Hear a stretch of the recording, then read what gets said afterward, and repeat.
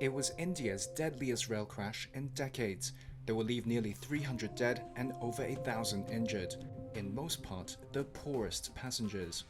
But how did the Odisha rail crash unfold? We, Reuters, have analysed drone footage, reports and schematics to reconstruct what happened.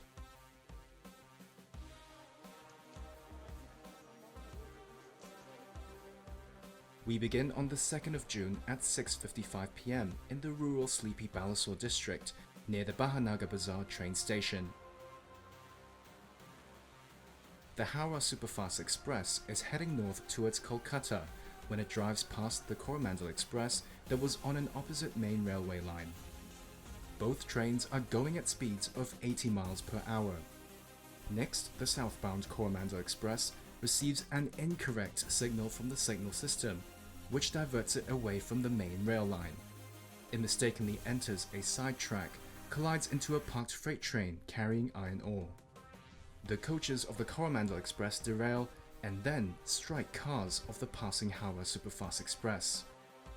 The Reuters analysis shows the cheapest and most crowded carriages bore the brunt of the crash impact.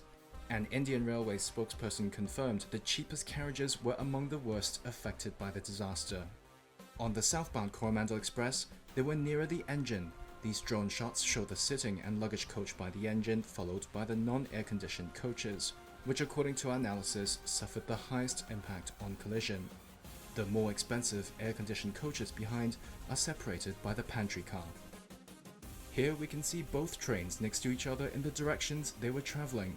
The unreserved carriages on both, on the left side of this image, received the highest impact on collision. On the Howrah Superfast Express, the cheaper carriages are farthest from the engine and were hit by the derailed Commando Express cars. Unreserved and general coaches are the cheapest forms of rail transport in India and are often used by migrant workers crossing the country.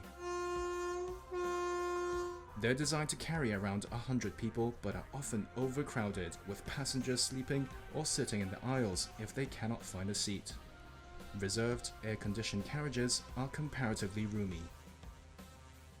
So how did this crash even happen?